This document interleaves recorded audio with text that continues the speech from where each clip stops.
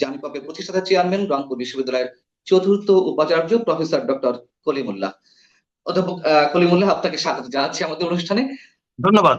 আমার প্রথম প্রশ্ন, আমাদের প্রধান উপদেষ্টা কাতারে থাকাকালীন সময়ে আল জাজিরাতে একটি ইন্টারভিউ দিয়েছেন, সেখানে তিনি মন্তব্য করেছেন যে নির্বাচন প্রসঙ্গে প্রশ্নের পরিপ্রেক্ষিতে তিনি বলেছেন বাংলাদেশের মানুষ এখন অন্তর্বর্তী সরকারকে চায়, তারা অন্তর্বর্তী সরকারের কাজে সন্তুষ্ট, অতএব মানুষ এখনই নির্বাচন চায় না। এর মধ্য দিয়ে তিনি কি বিশেষ কোনো মেসেজ দেওয়ার চেষ্টা করেছেন, যেমনটি এর আগে কোনো উপদেষ্টা বলার চেষ্টা করছিলেন?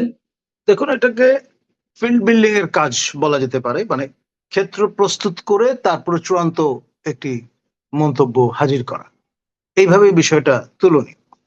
আমি বেশ কিছুদিন ধরেই বলছি যে বাংলাদেশে আপনার নির্বাচন বিষয়টি হয়ে দাঁড়িয়েছে অলমোস্ট লাইক চেজিং দ্য চিমেরা, অর্থাৎ মরীচিকার পেছনে ছোটা।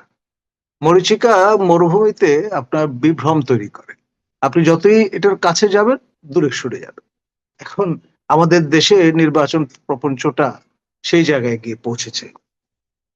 আপনার প্রথম থেকেই কিন্তু আমাদের মাননীয় ধর্ম উপদেষ্টা তিনি কক্সবাজার গিয়ে বলেছিলেন যে 2029 পর্যন্ত ছিল ম্যান্ডেট সাবেক সরকারের, সুতরাং আমরা তো লেজিটিমেটলি পুরো সময়টা থাকতেই পারি। ইঙ্গিতটা ছিল এইরকম।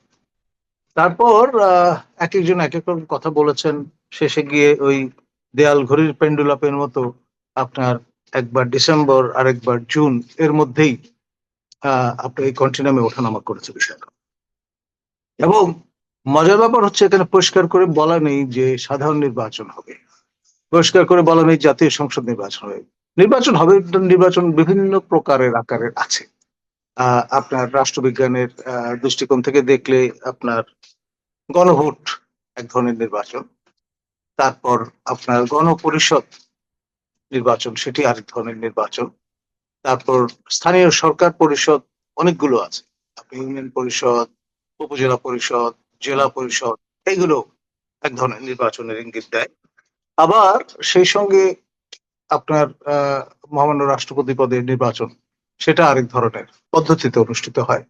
আবার নির্বাচন পদ্ধতিটা কেমন হবে সেটি ফার্স্ট পাস দি পোস্ট, বর্তমান যে পদ্ধতি প্রচলিত আছে, এক ভোট বেশি পেলে তাকেই জয়যুক্ত ঘোষণা করা হয়, সেটি না আপনার প্রপোর্শনাল রিপ্রেজেন্টেশন সিস্টেম অর্থাৎ সমানুপাতিক প্রতিনিধিত্ব ব্যবস্থা, তা নিশ্চিত হবে।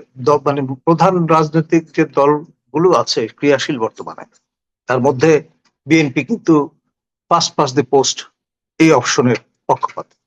আবার দ্বিতীয় বৃহত্তম যে সক্রিয় দলটি জামায়াতে ইসলামী, তারা চায় প্রপোর্শনাল রিপ্রেজেন্টেশন সিস্টেম। আর চরমনায়ের পীর সাহেবের দল তারা চাচ্ছেন প্রপোর্শনাল রিপ্রেজেন্টেশন সিস্টেম।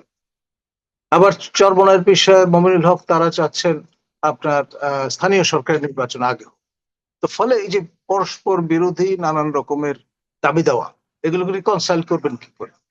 এবং সেজন্য সুবিধাটা হয়েছে যিনি হনুমানের ভূমিকায় আছেন বা সেরকম একটি ভ্যান্টেজ পজিশনে আছেন, তার পক্ষে পিঠা ভাগ করা সহজ। যেহেতু এক একজন এক এক রকম চাচ্ছে, সুতরাং কাউকে সন্তুষ্ট না করাই ভালো। সবার প্রতি সমান দৃষ্টি দিলেন, নির্বাচন যখন কাটটা তখন হবে, তার আগে ধাপে ধাপে ধরুন যখন পঞ্চদশ সংশোধনী পুরোপুরি বাতিল হয়ে যাবে, গণভোট প্রভিশনটা আইন সিদ্ধ হবে। তো আপনার এইরকম করে 2029 নাগাদ একটা গণভোট করে ফেললেন। আর ইতিমধ্যে মুসল্লির এত গণ দাবি যেটা সেটা উত্থিত করে দিয়েছে যে তারা 5 বছরের জন্য দেখতে চায় ওনাকে। আর তিনিও কিন্তু এই ফিডব্যাকটা খুব আন্তরিকতার সঙ্গে মনে প্রাণে গ্রহণ করেছেন। সেজন্যই আল জাজিরা এই যে সর্বশেষ যে বয়ানটি তিনি দিলেন সেরকম ইঙ্গিতটি করলেন। তো ফলে ব্যাপারটি দাঁড়াচ্ছে আন্তর্জাতিক শক্তি নিচয় তাদেরও এক ধরনের আশীর্বাদ কিন্তু আছে, তাদের নিজস্ব এজেন্ডা আছে। যেমন সুপার পাওয়ার মার্কিন যুক্তরাষ্ট্র, সেই দেশের একাংশের আশীর্বাদ পুষ্ট হয়ে কিন্তু আজকে তিনি এই পর্যন্ত এসে মহিরুতে পরিণত হয়েছেন। আপনার ক্লিন্টন পরিবার, তারপর আমরা বারেক হোসেন ওবামার আশীর্বাদ পুষ্ট হতে দেখেছি, সর্বশেষ বাইডেন প্রশাসনের নৈতিক সমর্থনেই কিন্তু এই বিপ্লব এবং ক্ষমতায় আসে।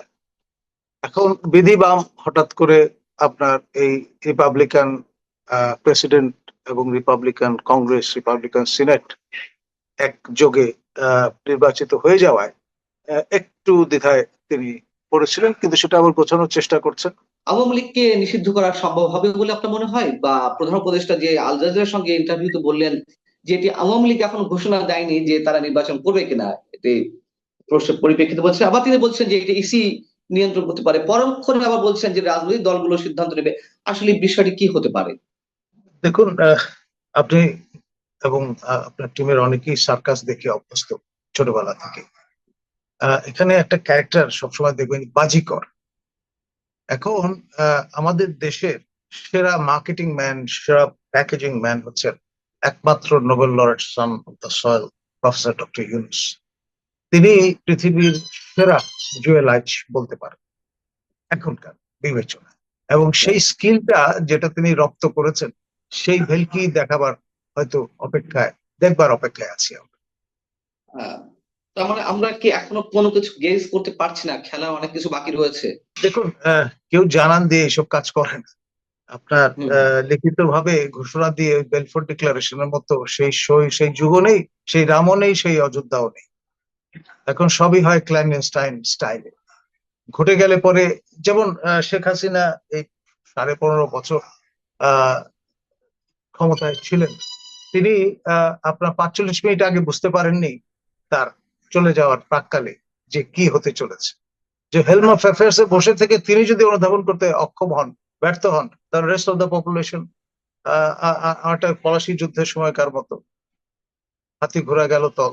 তার মানে আপনার আলোচনা থেকে আমরা কি এই সামারিতে পৌঁছতে পারি যে নির্বাচন অনিশ্চিত পুরোপুরি, ডিসেম্বর আমি তো বলেছি, অথবা আগামী বছরের অলমোস্ট লাইক জুন হোক? চেজিং দ্য চিমেরা, মরীচিকার পেছনে ছোটার সামিল। আচ্ছা। এবং আমি একটু যে প্রশ্নটাতে একটু জোর দিতে চাই, ভারতের প্ল্যানটা কি? আপনার কি মনে হয় ভারত কতদূর এগোবে তাদের পছন্দের রিজিম আনার জন্য অথবা শেখ হাসিনাকে ফেরানোর জন্য, এবং শেখ হাসিনার ভবিষ্যৎ? আপনার মন্তব্য। দেখুন, শেখ হাসিনা ইতিহাসের অন্তর্গত একটা বিষয়। এখন আপনার ইতিহাস তো থেমেনি।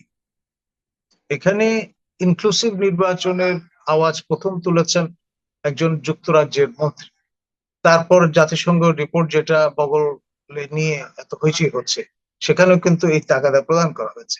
ইনক্লুসিভ মানে হচ্ছে সকল স্টেক হোল্ডার যারা আছেন সবাইকে অনবোর্ড নেয়া।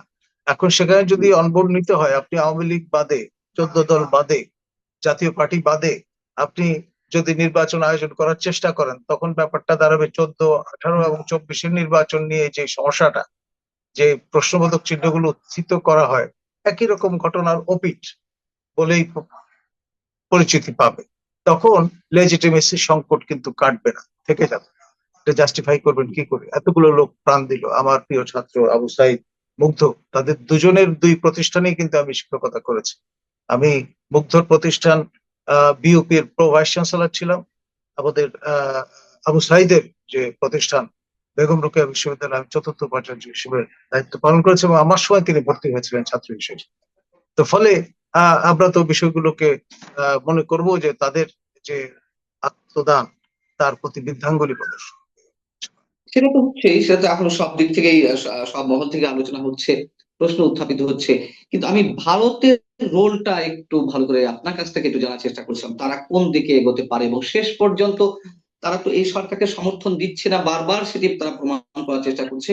কিন্তু তারা কতদূর এগোবে? যেমন আমেরিকার প্ল্যানিং রয়েছে, ইসরায়েলের প্ল্যানিং রয়েছে, ভারত কি মনে করছে, ভারত কিভাবে এগোতে চাইছে? আপনার কি মনে হয়? ভারতের জন্য এটা উভয় সংকট। প্রথমবারের মতো ভারত 71-এর মতো একটা পরিস্থিতিতে এসে দাঁড়িয়েছে, উইথ রেফারেন্স টু পাকিস্তান। পাকিস্তানের যে বিভিন্ন প্রভিন্স গুলো, এগুলো যথেষ্ট রেস্টিভ, আপনি জানেন, সিন্ধু, তারপরে আপনার বালুচিস্তান।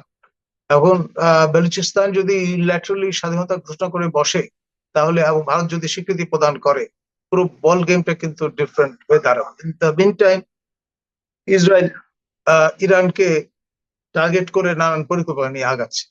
এখন ধরুন, তাদের যে জায়ন ল্যান্ড তৈরির যে প্রক্রিয়া, তার সঙ্গে এর সম্পর্ক আছে। তার সঙ্গে আমাদের এই ভারত যারা পরম মিত্র ইসরায়েল। এখন ইসরায়েলের টিম, ট্যাকটিক্যাল টিম কিন্তু এখন ভারতে অবতরণ করেছে।